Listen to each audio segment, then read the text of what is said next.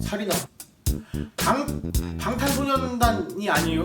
도대체 무슨 소리야?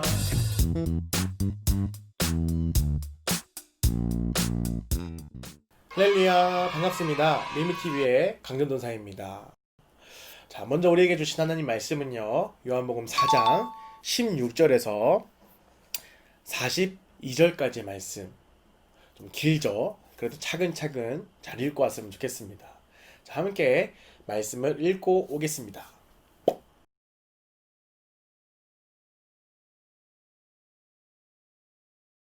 오늘 말씀은요, 지난 시간과 마찬가지로 I must meet you 라는 주제로 여러분들하고 말씀을 나누길 소망합니다. 계속해서 이 사마리아 여인에 대해서 이야기하시고, 또 이 사마리아 여인이 변해가는 과정을 오늘 바라볼 겁니다. 자, 우리 지난 시간까지 말씀의 또 결론이 뭐냐? 바로 사마리아 여인은 아직까지는 예수님에 대해서 깨닫지 못했다라는 것을 이야기하면서, 자, 과연 오늘 예수님은 이 사마리아 여인을 어떻게 변화시킬 것인가가 관건인 것 같아요. 자, 말씀을 볼게요. 16절부터 우리 19절까지 쭉 보면, 자, 사마리아 여인이 그 터무니없는 예수님의 말로 오해하고 그 샘물을 좀 달라 라고 했을 때 예수님이, 야, 그럼 네 남편을 데리고 와라 하면서 이 여인에게 감출 수 없었던 그 약점, 그리고 그 죄라면 죄, 혹은 억울한 일이라면 억울한 일에 대해서 끄집어내십니다. 자, 그런데 우리가 중요한 사실이 있어요. 자세히는 알 수 없으나 이 예수님이 말하죠. 너에게 남편 5이 있었고 지금 있는 자도 내 남편이 아니다. 자, 우리는 흔하게 보면은 이 사람이 뭐 이혼했다가 재혼했다가 또 이혼하고 막 이 문제가 많은 여자구만, 이러니까 사람들이 싫어하지라고 생각할 수 있지만, 그것보다는요, 이 이스라엘의 문화 속에서 이런 문화가 있어요. 내가 어떤 여인이 한 남자와 결혼해서 잘 살다가 이 남자가 죽으면요, 그의 형제에게 다시 시집을 가는 풍습이 있었어요. 그리고 또 살다가 그 남자 형제가 죽으면 또 다른 남자 형제에게 시집을 가고.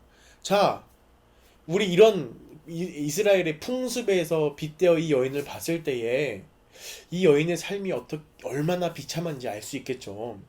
단순히 이 죄악 때문이 아니라 이 나와 결혼한 남편들이 다 죽고 나서 나는 계속 그 형제들에게 시집을 갈 수밖에 없는 상황. 그런데 이 많은 사람들이 이 여인을 바라볼 때에 저주받은 여인이라고 완전 만연사냥을 했을 거예요. 야, 너랑만 결혼하면 다 죽는구나.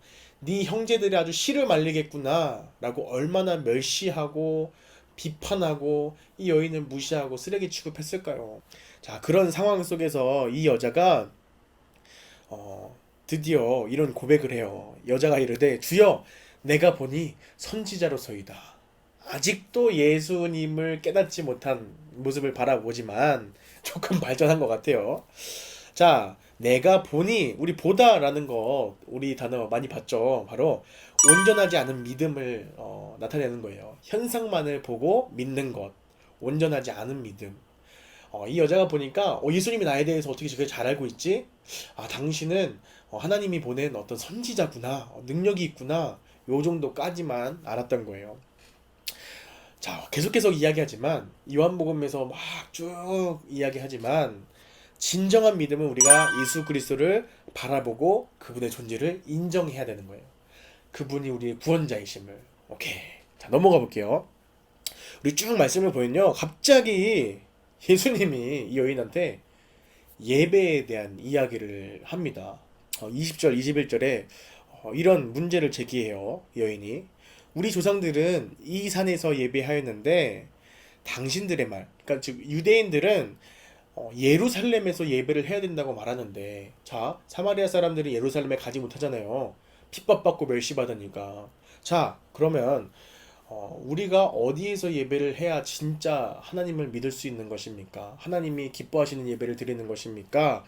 라고 이야기합니다. 그런데 예수님이 정말 정확한 말을 합니다. 이 산에서도 말고 예루살렘에서도 말고 너희가 아버지께 예배할 때가 이르리라. 바로 진정한 예배를 드릴 때 하나님이 받으시고 그 어디에서 예배를 드리든 상관없다라는 말씀을 하고 있는 것입니다. 아직도 좀 궁금해요. 왜 갑자기 이 여인하고 이야기하다가 예배에 대한 이야기를 하시는지. 자, 어, 예수님이 사실 이 이야기 가운데서도 동일하게 전하는 것은 바로 온전한 성전, 온전한 예배에 대해서, 그리고 참된 예배의 회복이 바로 하나님과 나의 관계 회복임을 말하고 있기 때문에 그렇습니다. 이 여인도 마찬가지로 무너져 있던 하나님과의 관계가 회복되는 것을 가장 중요하게 생각하시기 때문에 예배에 대한 이야기를 하시는 거예요. 자, 여기서 정말 유명한 말씀 나옵니다. 음, 어, 하나님은 영이시니 예배하는 자가 영과 진리로 예배할지니라. 자, 그러면서 여자가 드디어 궁금증을 가져요. 여자가 이르되 메시아 곧 그리스도라 하는 이가 오실 줄을 내가 아오니 그가 오시면 모든 것을 우리에게 알려주시리다. 제가요, 어렸을 때부터 말씀을 듣고 자라고 저도 많이 하나님을 의지하면서 예배했는데요. 그 메시아 그리스도라는 분이 우리 가운데 내려오시면요, 그분이 다 우리에게 알려주신다고 하셨어요 라고 말하는 거예요. 그리고 나서 예수님이 이렇게 말하죠. 네가 말하는 내가 그라. 좀 멋있죠. 네. 네가 말하고 있는 그 그리스도가, 그 메시아가 바로 나야, 이렇게 말씀하십니다. 그래서 이 여인이 드디어 예수님을 진정으로 믿기 시작합니다. 왜 갑자기 예배에 대한 이야기를 하셨을까? 우리는 이 말씀의 진리를 분명히 알아야 돼요. 결국 예배에 대한 말씀을 하시면서 영과 진리로 예배해야 된다. 즉, 이 성령 그리고 하나님의 말씀, 진리로 예배를 해야 되는데, 예배 가운데에 그 하나님을 만나는 것이 최고의 축복이에요. 자, 그러기 위해서는 우리가 영과 진리로 예배해야 되는데, 요한복음 7장 37절에서 39절까지 잘 영과 진리로 예배하는 것에 대해서 잘 나와 있습니다. 말씀을 꼭 참고하시고요. 자, 참된 예배는 형식과 시간과 장소와 제도에 매여 있는 것이 아니라 오직 성령으로 예배하는 것이 영과 진리로 예배하는 것임을 요한복음 7장에 나와 있습니다. 자, 바로 이 샘물은요, 성령을 의미하고, 우리가 그 성령으로 예배할 때 성전에서 샘물이 흘러나오게 되는 것입니다. 바로 이것은 예수 그리스도의 십자가를 나타내는 겁니다. 이해가 됩니까? 왜 예수님이 본인을 영원히 마르지 않는 샘물이라고 표현하셨냐? 바로 이 샘물은 성령이고, 우리가 그 성령으로 예배할 때에 성전에서 그 귀한 이 성령이 흘러나온다는 겁니다. 우리가 진정으로 예배하면 그 샘물이 차고 넘쳐서 흘러나온다는 것입니다. 바로 그것이 예수 그리스도의 그 십자가의 은혜가 배가 되고 배가 되는을 의미하는 것이죠.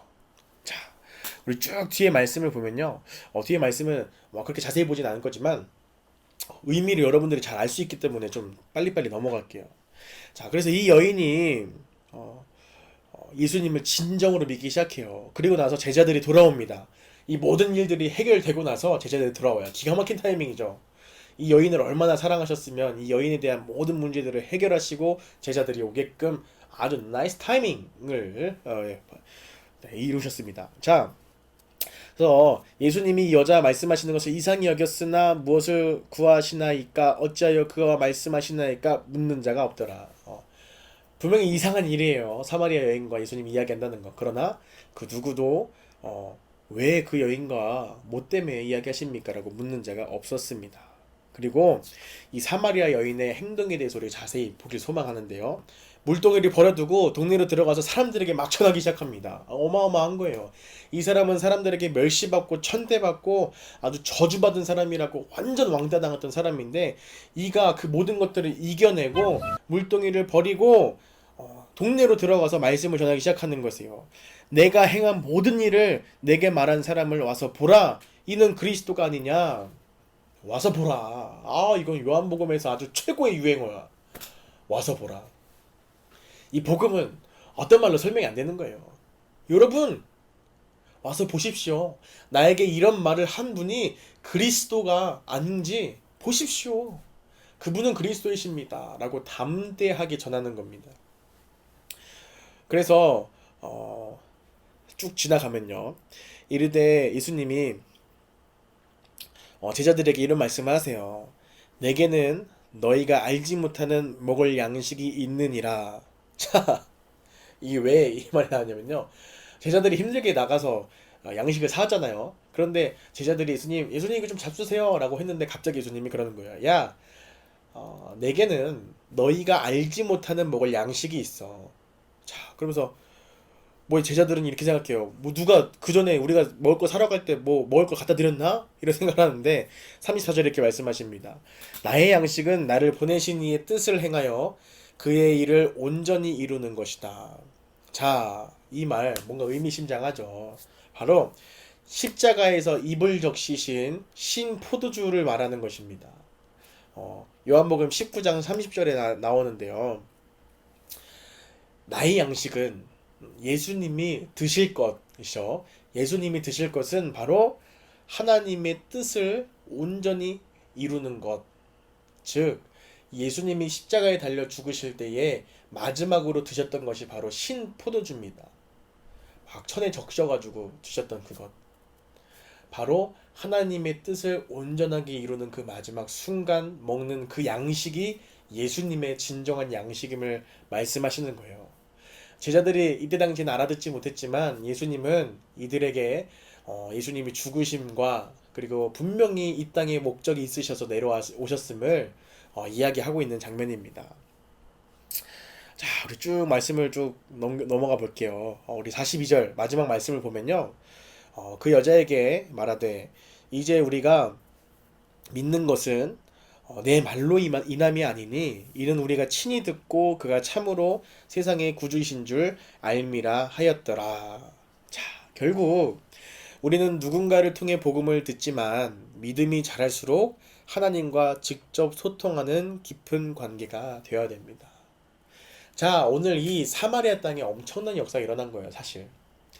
유대인들에게 멸시받고 천대받았던 이 사람들, 특별히 그 안에서도 가장 멸시받았던 이 여인을 통하여서 복음이 전파되고요.